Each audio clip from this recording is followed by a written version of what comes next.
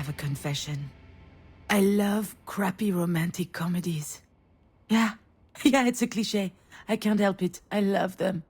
All those movies have that scene, you know? The girl is at her wit's end. She's been crying her eyes out, her makeup is running, she looks like a zombie. She's done. Which is when Ryan Gosling knocks on her door to coax her out. Miss.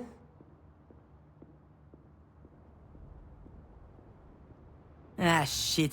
That sounds nothing like Ryan Gosling. See, this is the problem with my life in a nutshell. It's not romantic, and it's certainly not a comedy. All right, where am I? What happened?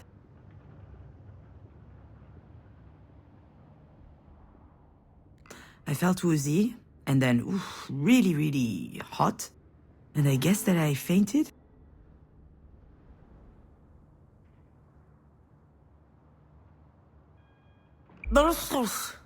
And that's putting it mildly. I'll be alright, though. Are you sure? Aha, as if I could be sure of anything. Still, I should probably update my guardian angel. Actually, now that I think about it, maybe there's something I know for sure. If I have to spend one more second lying on this filthy floor, I'm pretty sure that I'm going to vomit. Vomit again, I guess.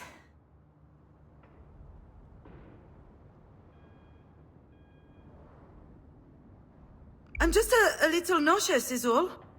I just had a little bit of a moment. A big moment. But it's over now. Sorry, I ducked out. I'm already feeling much, much better. I can hardly tell her the truth, can I? Most people don't actually want you to be honest with them. Oh, I apologize, Dr. Giagana. I just vomited up my breakfast. I had it all over my chin. It wasn't a good look. It's hardly my fault. I haven't been handling stress very well lately. I guess it depends on what qualifies as lately, If we could take it to mean anything from yesterday to the day I was born, then I'm not lying. Let's just say that it's even more true now. Anyway, this isn't about me.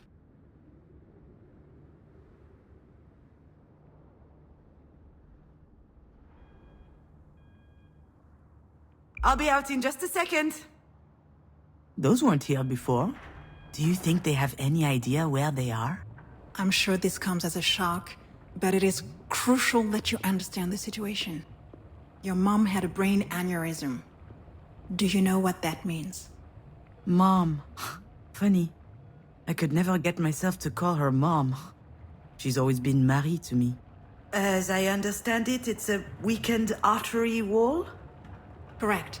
And that artery ruptured, which caused a hemorrhage. It is a serious situation. We need to prepare for whatever happens next, very quickly indeed. I've watched enough Grey's Anatomy to know that this is not good.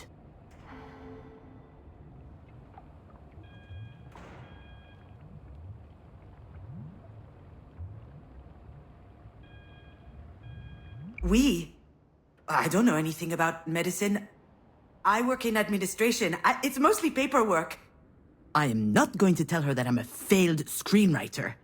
She would never take me seriously. Anything related to medical care will be my team's responsibility. But you are her trusted advocate. I'm so sorry, you should be her aware. what now? Do you not remember? This is the reason we called you.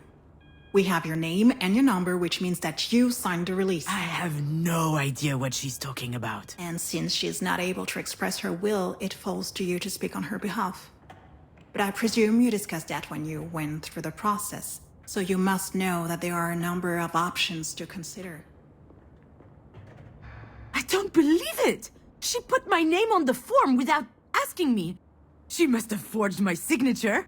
It's hardly a surprise. She's always done that kind of stuff.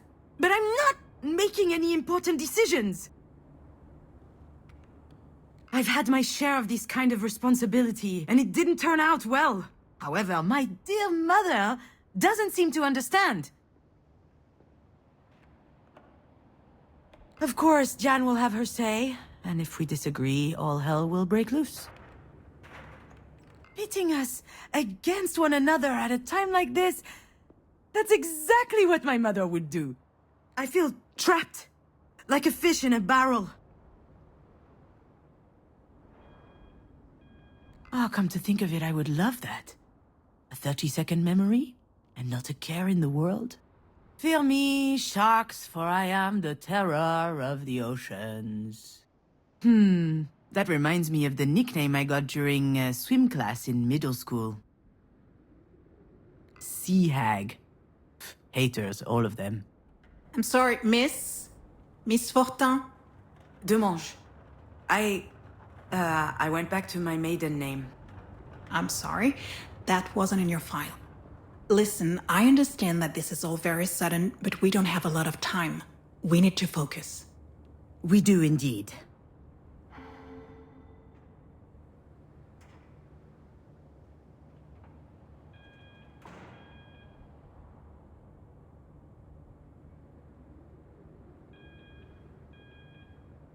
Why do you think I'm here? Let me be clear, miss. I'm not your enemy, I'm just the on-call physician. So we can work together to help your mother, or we can wait 7 hours, 22 minutes, and 17 seconds. And then I can go home, and you can pick up the conversation with Dr. Zorzan instead. But I should warn you, Zorzan is an old coot. No, you're right. I'm sorry. Okay. I guess I deserve that one. It's okay. I understand. It's not an easy situation. Our major concern right now is the hemorrhage is spreading. There's the risk of a cerebral vasospasm. That is a complication which could severely affect her brain. Is she going to die? We're doing our best to make sure that doesn't happen. But there could be long-term consequences. This sort of event severely impacts the body, and mental functions may also be impaired. I need to know if you and your mother will be able to deal with that sort of complication.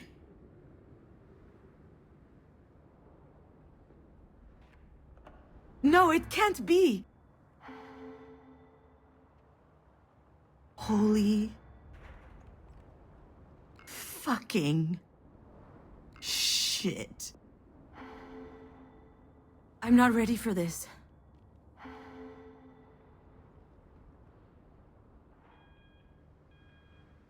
I don't understand. To be completely frank, if we're able to pull your mother through this, there's only a small chance she'll be like she was before. Small? How small? Smaller than that. In all probability, she will never be quite the same. Some people would prefer not to keep living under such circumstances. That rather their medical care were geared more around letting go as gracefully as possible. What I need to know is, what would your mother want? I don't know how to answer that. Last time she told me she wanted something, it was...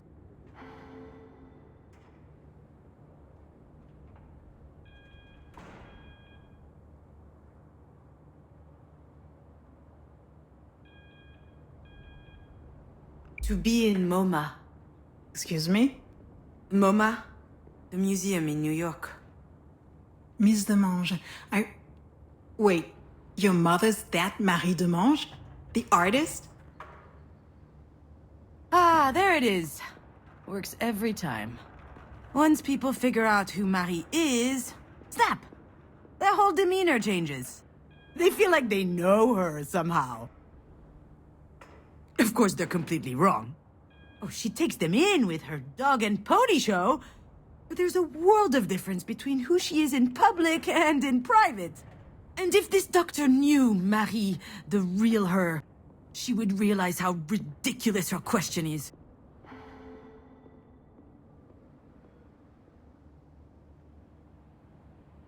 Yeah, the Marie Demange. And I'm her assistant, I guess. I handle the business, the management, the press, so that she can be fully dedicated to her art, you see? Anyway, the other day, I got a call from Centre Pompidou. They want to do a retrospective on her life and work. Can you imagine? The billboards, the crowds, the press, the whole shebang. And I'm like, hell yeah!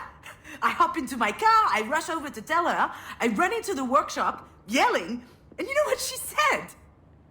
Did you hear from Mama? Ugh.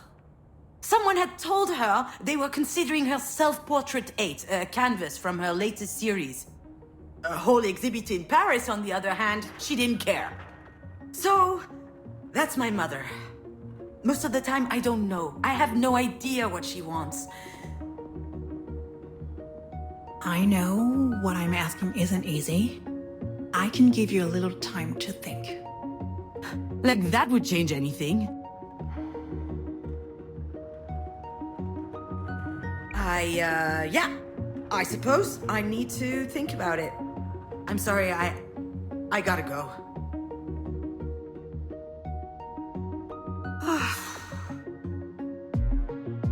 I know what she'd say. That I'm running away again. What did she expect? That I just show up and what? Decide whether she lives or she dies? I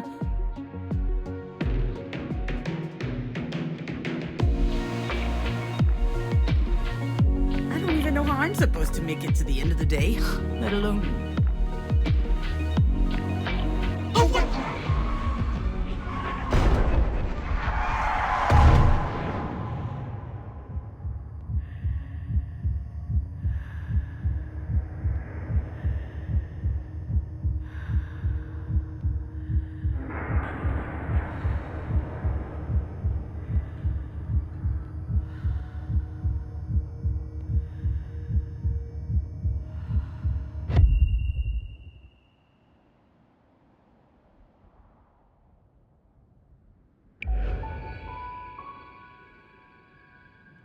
I remember, Diane and I found an injured bird in the backyard. It was tiny.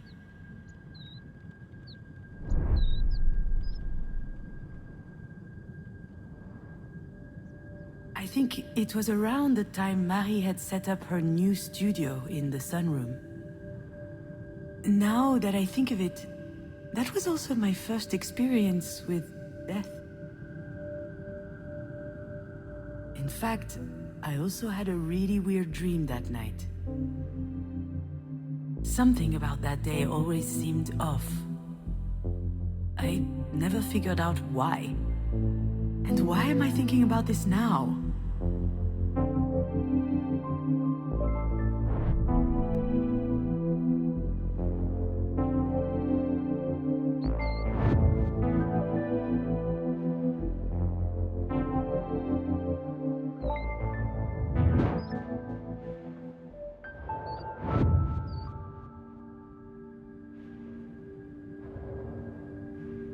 Back then, Marie wasn't very well known, but she was hardworking. She had just started a series on birds, actually. They were all over the house.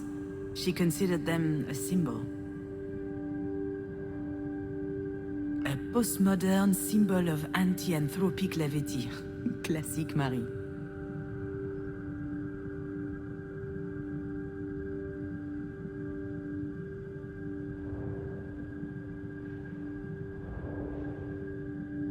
I think I saw a big shadow moving down the hallway that night.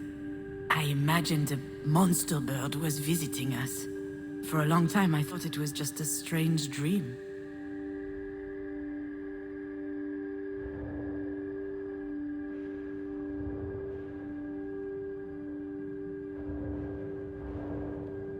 Do you recognize it?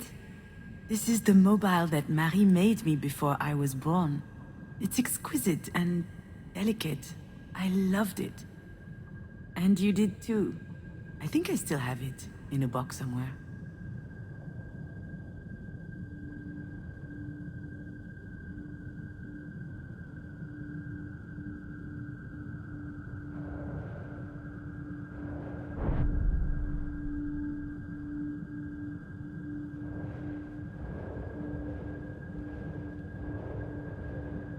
Yeah, Diane was so proud of packing her own suitcase.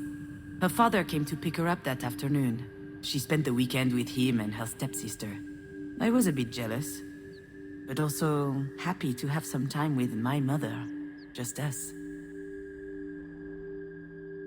Now I know for certain that someone was in the backyard that night. And since Diane was at her father's, it must have been Marie. What was she doing out there? Maybe...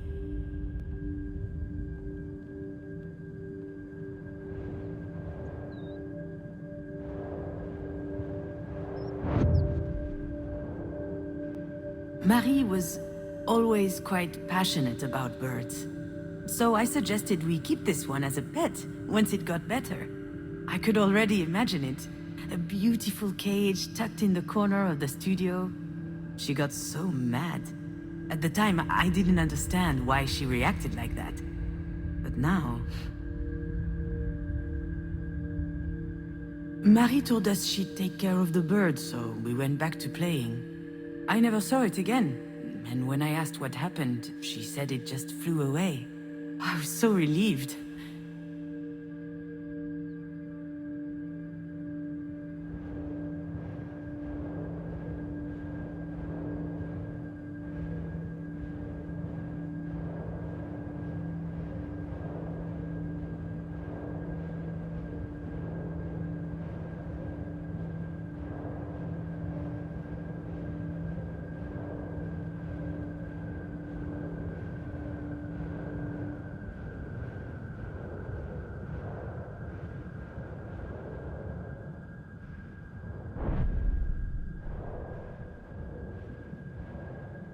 The nest was high up in the tree, but the wind blew it down.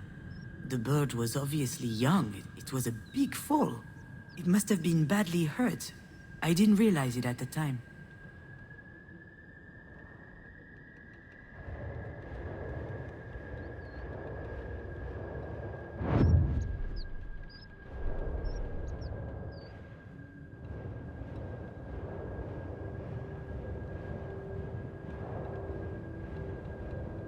Maybe Marie killed the bird.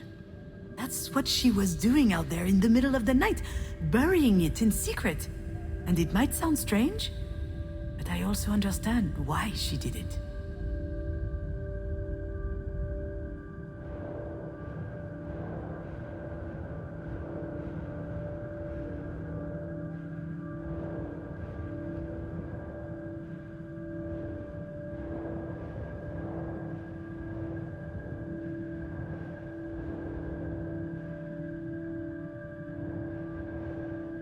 Marie is really an astonishing person, you know?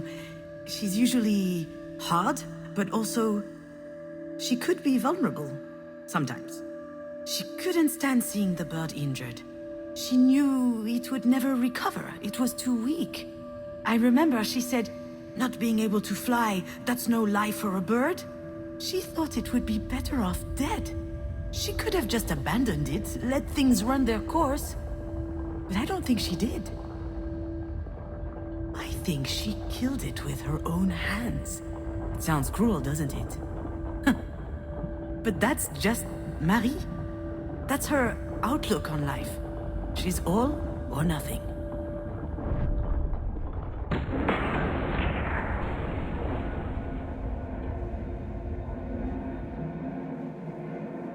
What I need to know is, what would your mother want?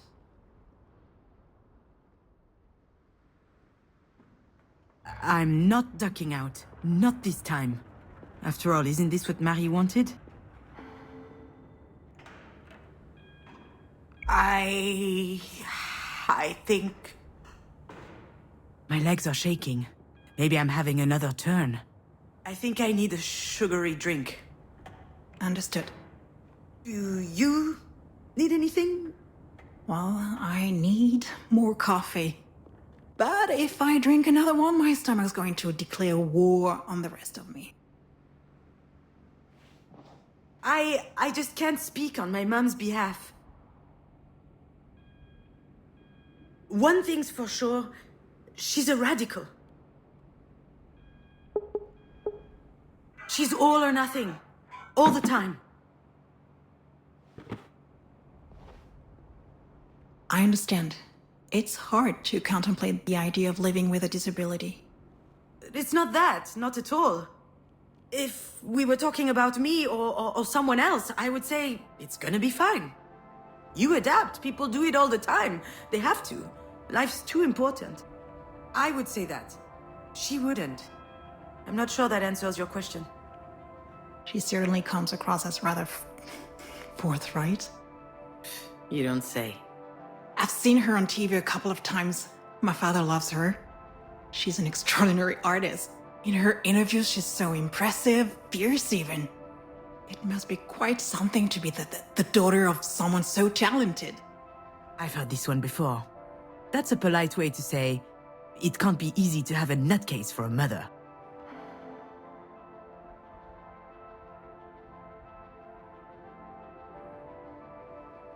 Yes, it's quite an experience.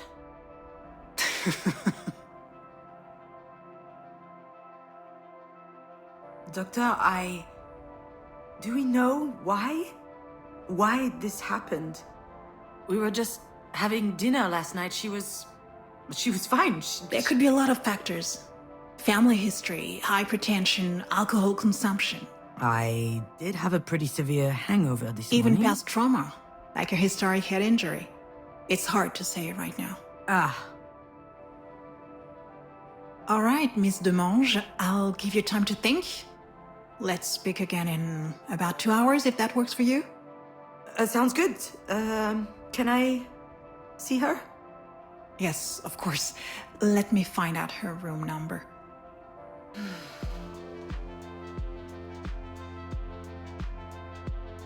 I know what I have to do, what I should do. It wasn't that long ago that I could write this kind of scene without breaking a sweat.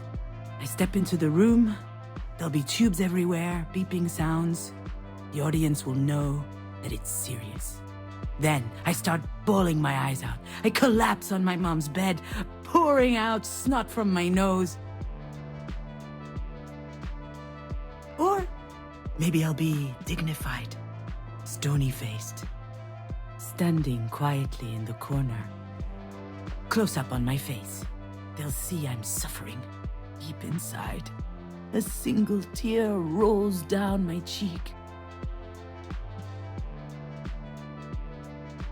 That's exactly how it will happen. Or what should happen. There's just one problem. I really must. She probably needs me. I don't know why, but I can't open that door.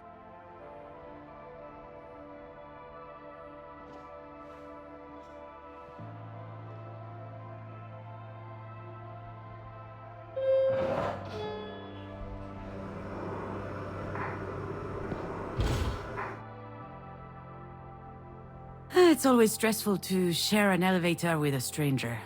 Still, it could be worse. Hey, June. I could have to share it with my sister. Okay, I'm kidding. We love each other. Love giving each other a hard time. Okay, I love giving her a hard time. For instance.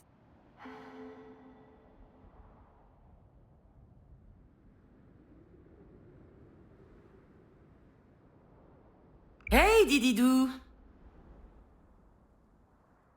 Nothing? I haven't eaten yet. My blood sugar's low, okay? Come with me to the cafeteria. Okay. But if you utter that stupid nickname one more time, I'll strangle you. There it is. She had me worried for a sec. This food looks nasty. Did you notice? Jan loves being in charge. She wasn't always like that. It started when she was a teenager. Some people get acne. She got authority. So? How's work? Scheduling, phone calls, spreadsheets. It's mind-numbing. There's no time to think. That's why I love it so much. How's your script coming along? Oh,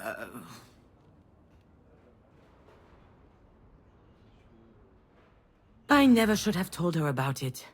I guess I had a moment of weakness. I thought she would worry less about me if she knew I was working on something creative.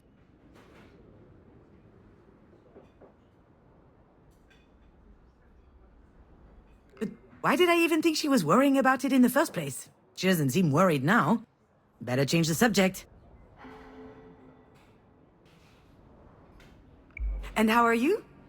Well, since you ask, So easy. I was doing good until yesterday. One of my idiot patients up and groped my ass.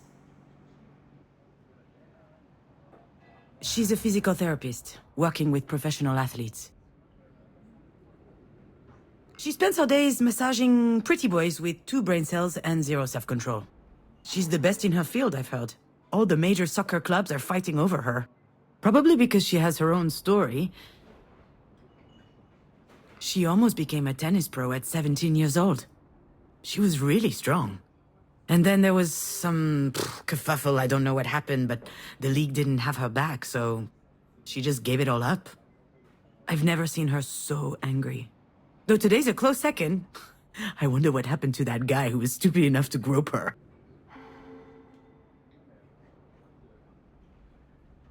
What happened? I handled it with poise, aplomb, and composure. Anyway, he has a broken hand now. Good thing he plays soccer, not volleyball. The worst part is, she's not joking. In other news, this place is so stressful. Everyone's way too nice. It is a hospital, Jan. I know. They should be scowling 24/7. So, how is she? I haven't been to see her yet. What are you waiting for? A singing telegram? Sorry, that was uncalled for. This whole situation, it's just a lot. Yeah? Sounds like there's something else. Something else bothering you? No, nothing else. Wanna bet that there's something else? Well, I guess, I did meet with the doctor this morning. She told me about your deal. Between Mom and you. And, to be honest, I was shocked. Were you going to tell me at some point? Ugh, see? I knew that this whole trusted advocate thing would never fly. The only question is, will she believe me when I tell her I didn't know? Given the state she's in, I wouldn't bet on it.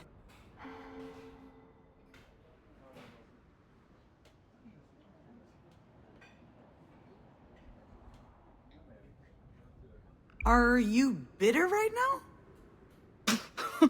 Certainly not. Certainly. No. I mean... You are bitter. You're pouting. Look at your fucking face. Stop, okay? Stop it. This isn't the time. I just don't get it. What is there to get? You know Marie? She's unpredictable. Wait, you mean you didn't know? Well, you should see what my signature looks like on the form.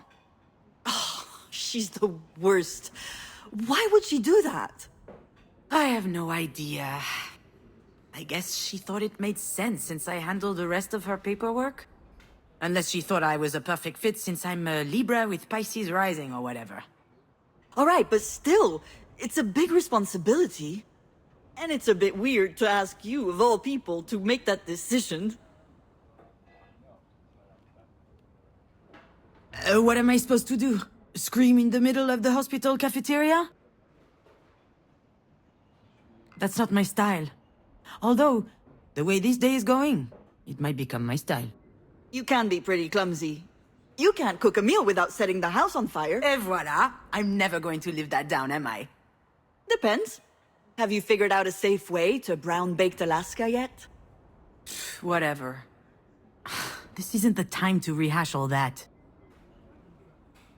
Really, I don't get it. This is so important. Why would she trust you over me? All right, I've had enough. You know what? You're right. Only an idiot would trust me.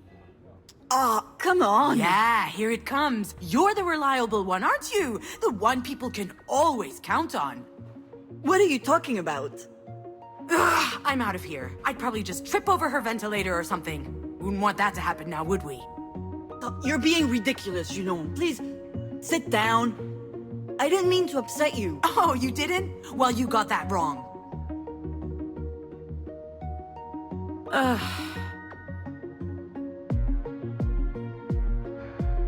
Well, that was embarrassing, wasn't it? I just can't help it. So Mom wrote my name instead of hers on a worthless paper. What does it matter? Dan and I are stuck in this stupid competition. I hate it, but I feel I can't escape it. Oh, what?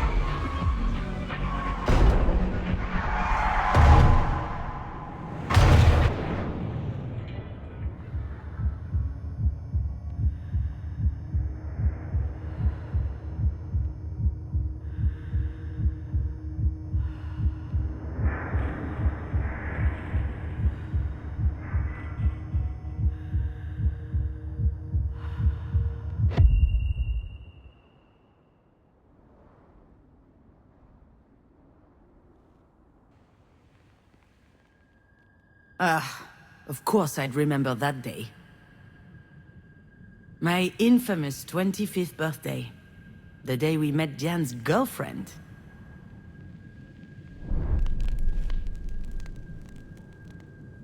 The day we danced a little, ate a little, and drank too much. But most of all, the day everyone went home early because I set the kitchen on fire while making dessert. There's plenty about that night I never told Diane.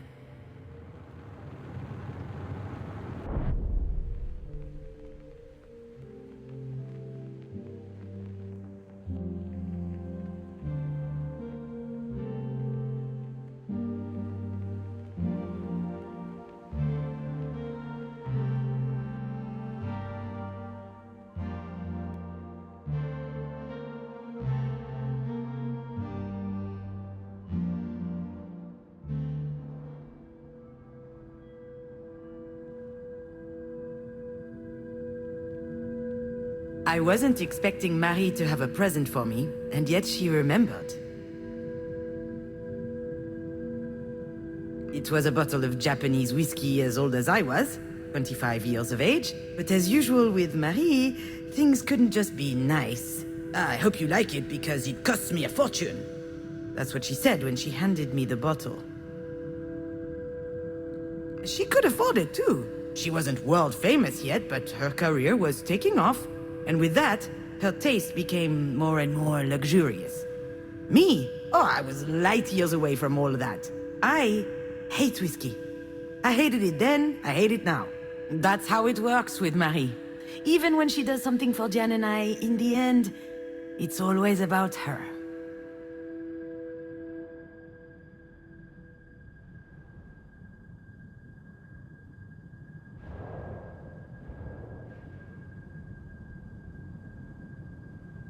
It was the first time Diane introduced us to her girlfriend.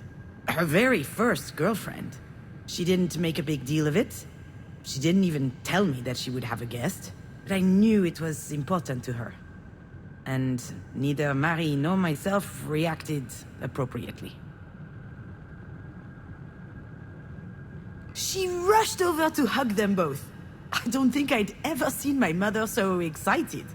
Then she congratulated Diane for her rejection of patriarchally mandated heteronormativity. Diane didn't say anything, but I could see she was upset. Her intimacy had just been reduced to activism somehow, and I wasn't there to support her. I was furious. It's stupid, I know, but I wanted to enjoy my party. And she showed up with something important to share. All of a sudden, my 25th birthday seemed trite, unimportant. Her girlfriend was called Sasha. She was nice, intuitive, smart, and very pretty. I was quite reluctant to organize this party. It was the last birthday I would celebrate at Marie's. Your dad and I were about to move in together. So I wanted to make it special. To impress my mother, earn her respect, maybe even her admiration. But that would only happen if everything were perfect. The fire made it a complete failure, but to be honest, she'd have found some problem anyway.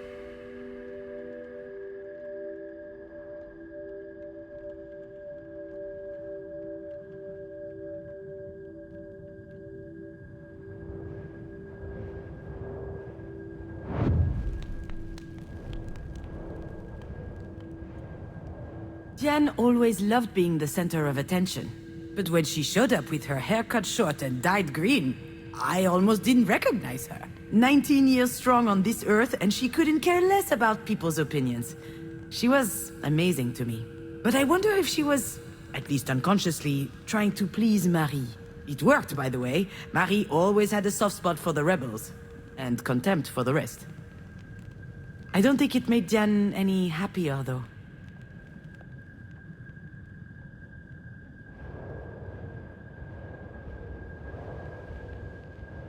I was so stressed out that night that I started drinking early.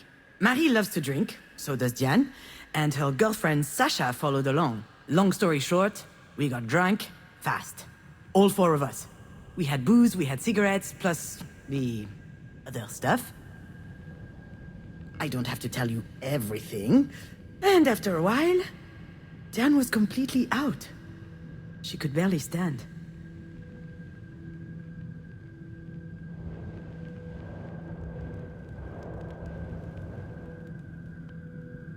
When dinner started, Marie turned on the charm.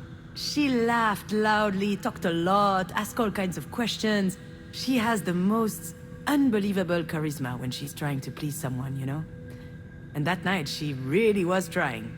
I thought it was odd. She certainly wasn't doing it for me, or for Diane. And then I noticed the way she was looking at Sasha. I saw the glimmer in her eyes. The same as when she talks about Japanese whiskey. And I got worried.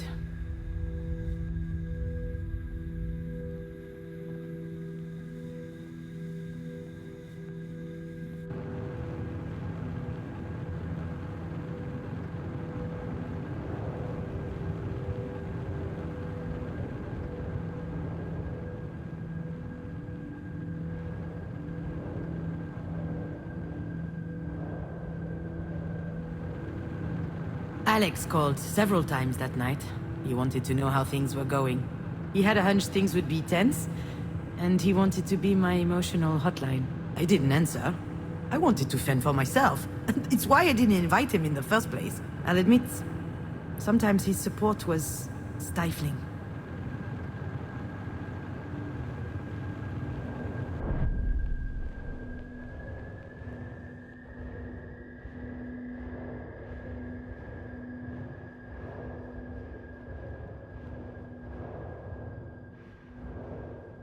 I'd got these nice candles to decorate the table with. Obviously, I burnt myself when lighting them. To no one's surprise, that was typical me. Scavus, they called me. It means clumsy in Latin. Marie coined that one. I didn't mind. Quite the contrary. In any family, everyone plays a role. You just need to find the one that suits you. And I like being the bumbling, fumbling one. That way, at least, the pressure was off.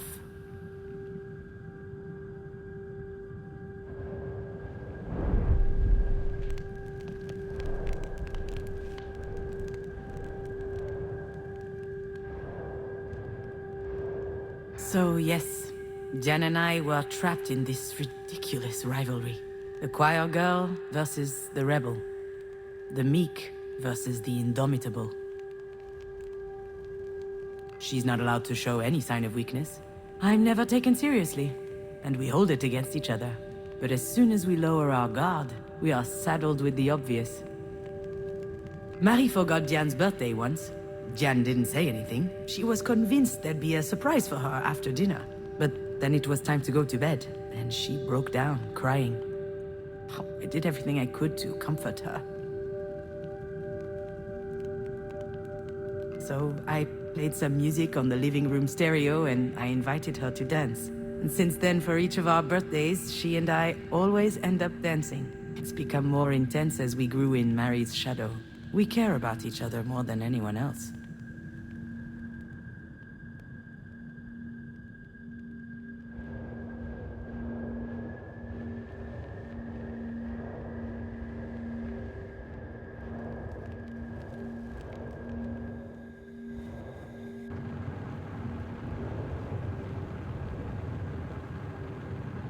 The flames went up very high, very quickly. Everyone ran into the kitchen. Marie, Diane, and Sasha.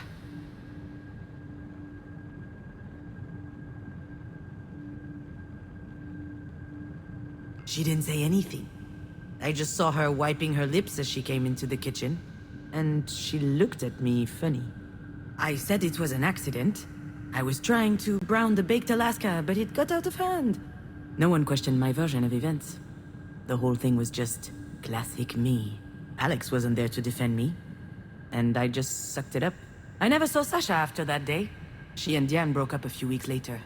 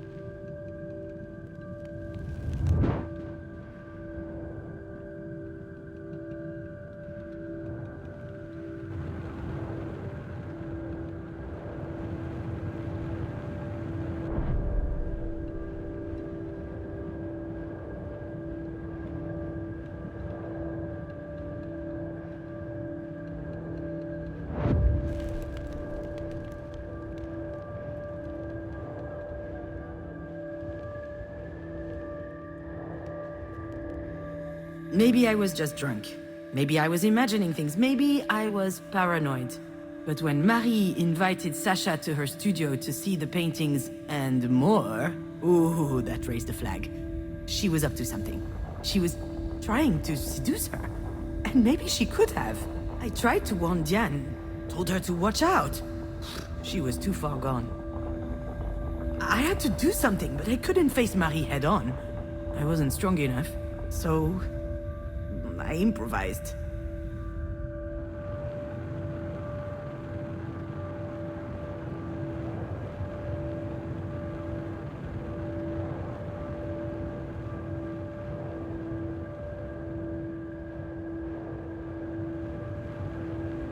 No one noticed the bottle of Japanese whiskey was completely empty. Alcohol burns nicely on the stove. It was perfect for me to craft a diversion. And you know what? I wasn't even that drunk. I was mostly angry. At Marie. At myself. At my inability to confront her face to face. Maybe nothing happened after all. Maybe Marie didn't try anything. I'll never know. But I was scared enough for Diane's relationship that I set the kitchen on fire.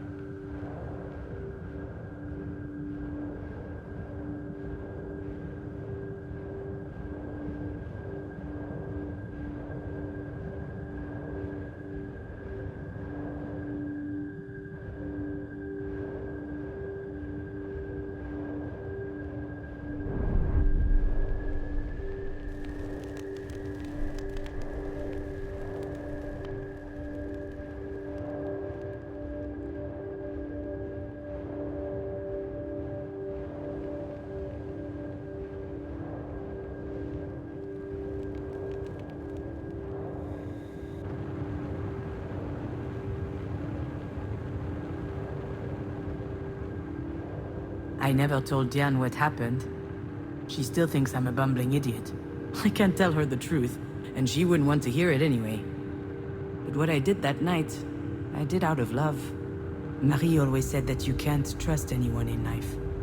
Well, in that moment, whether she knew it or not, Diane could trust me.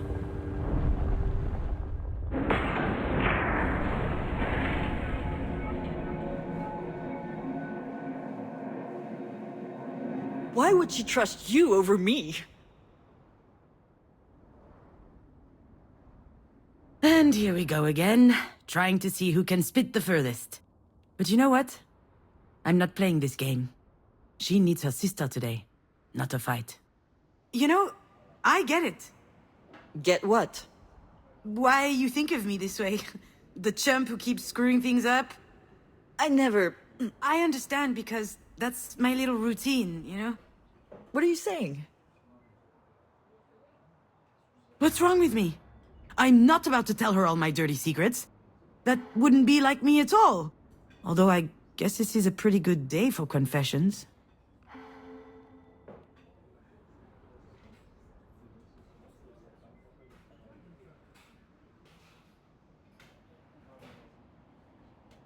Whatever. Just understand this. We both know things can be tense between us. It would be easier if I could act like this is all her fault.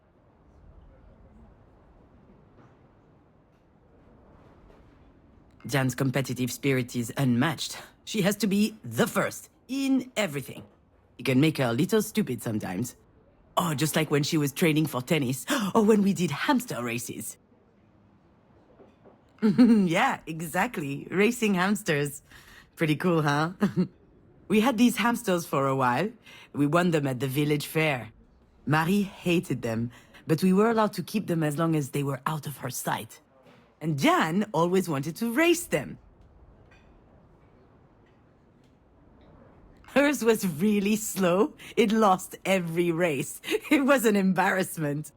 She had this whole training regimen, but it wasn't enough. So she brought out the big guns. And one day, her hamster was hyped to the max. Absolutely smoked mine. And that night, he died. It wasn't hard to get the truth out of her. She'd fed him coffee drops. She was kind of sad, but not really. At least he went out on a win, she said. I could act like I wasn't anything like her, but that's not true. I just pretended that I didn't care. Truthfully, I also wanted to be the best. At the very least, I wanted to best her. As if we were always competing with each other, and it was exhausting.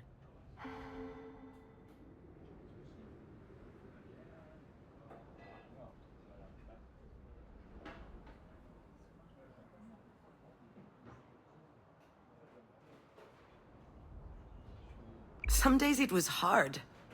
But whatever happened, I've always tried to protect you. I don't need anyone's protection. Yeah, it sounds weird when I say it out loud. You're the strongest person I know. And you're built like a sea cucumber. Look, all I'm saying is, I was always on your side when it mattered. Are you talking about Mom right now? Not just her. Yeah, I'm totally talking about Marie.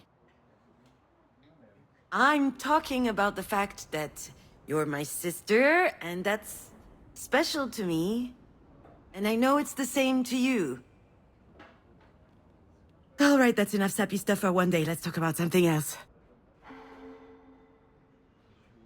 Look, I'm sure you're upset.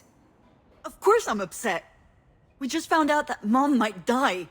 Does that mean nothing to you? It does. Of course it does. But it's okay. I'm handling it. You know, I'm perfectly capable of making this decision. Just leave it to me this time. What's going on, June? I'm sorry? Something's wrong. Could be the grapefruit. I read somewhere that it's really toxic. And, No, it's not the grapefruit. I don't recognize you. You're different. Ooh, she wants to talk. Seriously. That's just her way to cope with stress. She needs to dissect things to understand them. And she needs to understand things in order to control them. So, what's the play? Idiot or goldfish? Maybe if I say nothing, she'll leave me alone?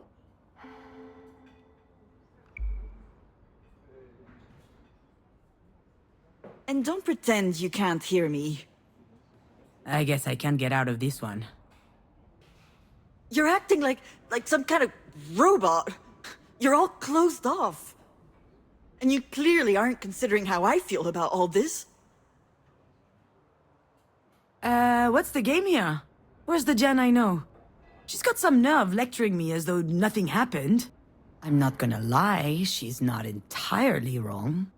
I haven't exactly been brimming over with empathy recently. It's not my fault, you know, it just makes it easier to get through the day. For me, at least. I'm not sure how anyone else manages.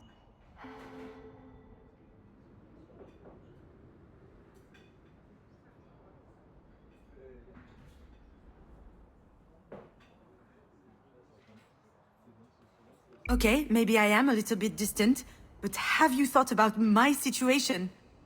See? That's exactly the problem. And, okay, this is going to make me sound like a huge asshole yet again, but I'm used to that. I've been meaning to talk to you about this, so why not do it now? We're here for Mom, and you can see how hard this is on me. And yet, here we are, yet again, talking about you. What happened to you was awful. It really was. Absolutely horrible.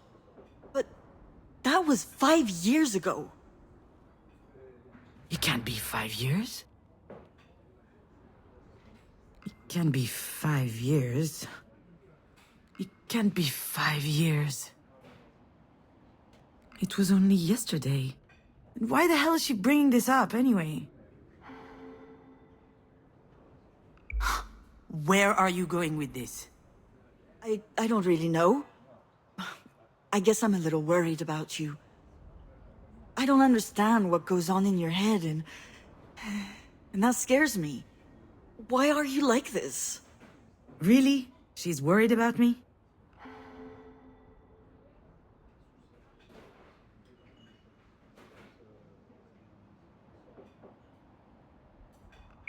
You had to go there, didn't you? You really, you can't help yourself. Whenever you can't control something, you just hate it, don't you? And so, pow, you attack. You're wrong, June. I'm just trying to help. You can't really tell me that everything's fine, can you? Do you think that throwing my little problems back in my face is going to help? Oh, wonderful, wow. Oh, it's a miracle, I'm cured. Thanks for the therapy session, but I really have to go. Obviously, you can handle everything just fine on your own, so go ahead and take care of Marie. Wait, June! Don't leave, please! I'm sorry. I really need you. I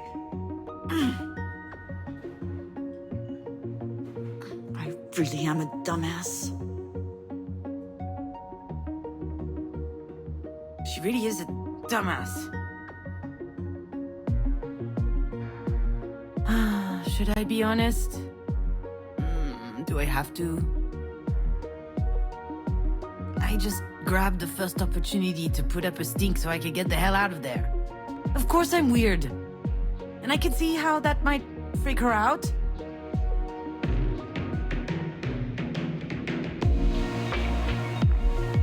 She wasn't telling me that because she cares. That was her lashing out to hurt me. Oh, what?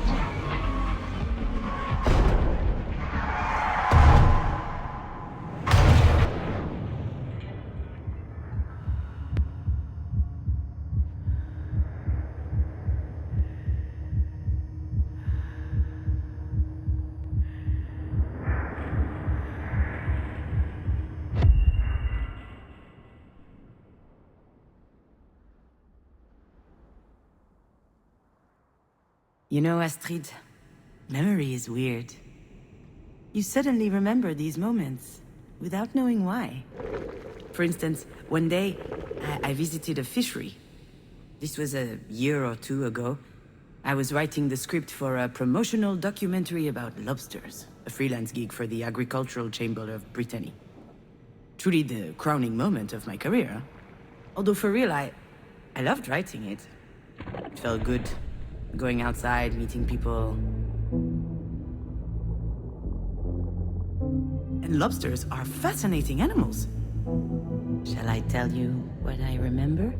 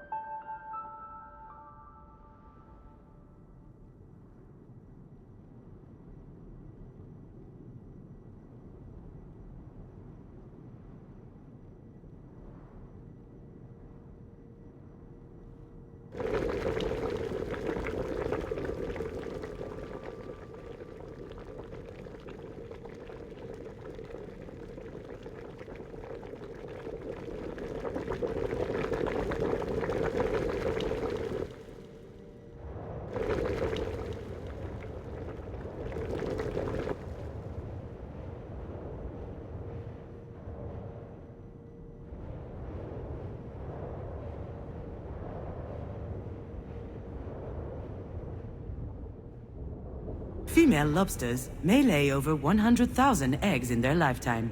They keep each clutch underneath their tails for several months, and when the eggs finally hatch, out come a profusion of larvae just a few millimeters long. Can you imagine? Over 100,000 tiny little astrides.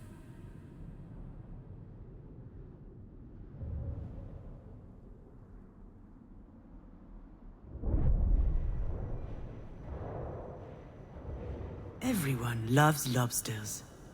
Their exquisite and delicate flesh is prized by the finest gourmets.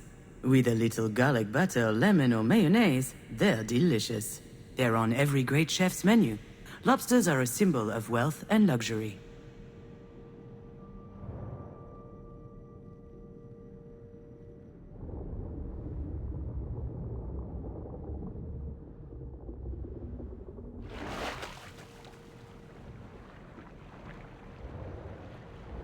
Lobsters have a chitinous exoskeleton, a durable and tensile material that protects them fully. This natural barrier is so strong that lobsters have no natural predators. In short, no one can mess with lobsters. Except humans, of course.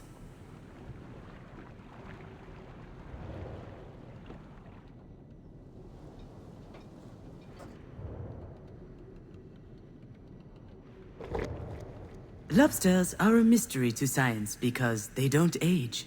Their cells replace themselves perfectly, which allows them to never stop growing throughout their lives.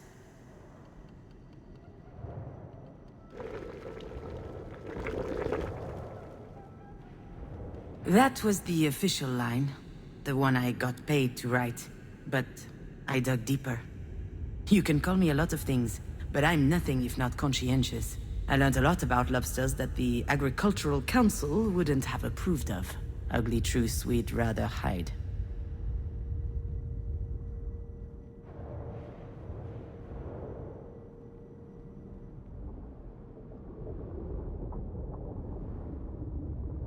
Female lobsters may lay over 100,000 eggs in their lifetime, but few will reach adulthood. The larvae will be gobbled up by passing wildlife. The young ones will be poisoned by water pollution, their livers filled with heavy metals and microplastics. And those who grow big enough will be plucked out of the sea by humans to end up on a fishmonger's stall.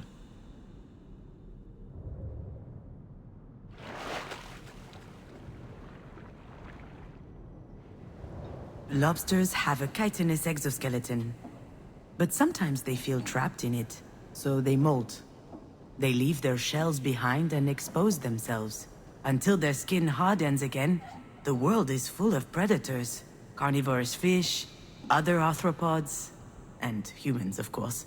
Because when they've just molted, when they're soft, lobsters are their tenderest and their tastiest.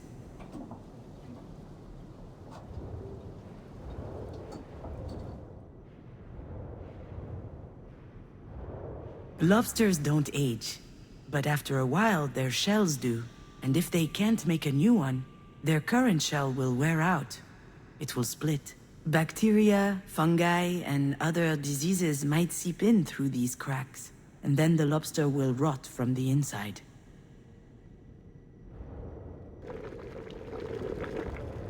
Everyone loves lobsters, but to truly love them, first you have to cook them, and to cook them, you have to kill them. There are two ways, traditional or modern. The traditional way is to chuck lobsters into boiling water, alive, and wait. Their flesh burns, the air bubbles beneath their shell expand and burst their organs. It's horrible. Lobsters don't want to die, but the people who love them don't care about that.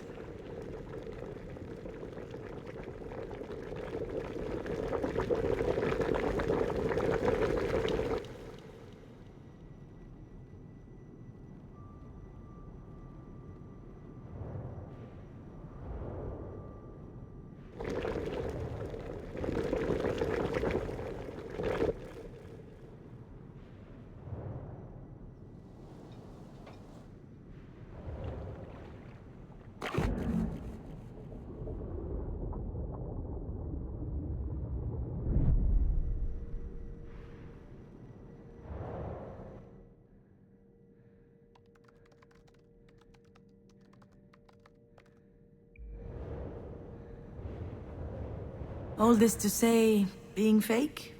Writing pretty lies? That doesn't bother me. Between my clerical work for Marie and those PR gigs, I learned to tune it out. No one wants to know what's in my head, but maybe you do?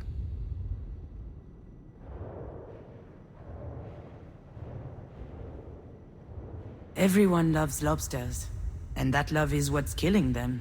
If no one loved them, we'd let lobsters live happily at the cold bottom of the ocean. Lobsters don't need to be loved. Me neither, to be honest.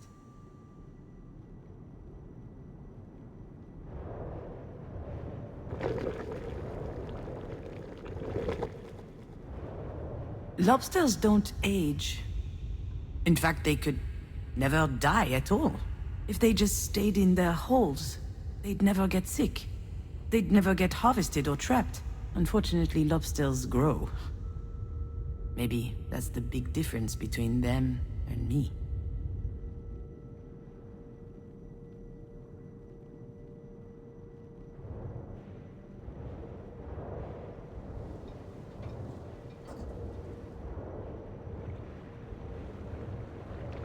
Lobsters have a chitinous exoskeleton that limits their growth. As soon as they shed it, they're in danger. Their enemies notice their weakness.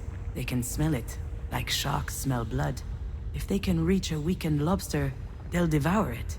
They'll tear it apart and feast on its flesh. I don't want to be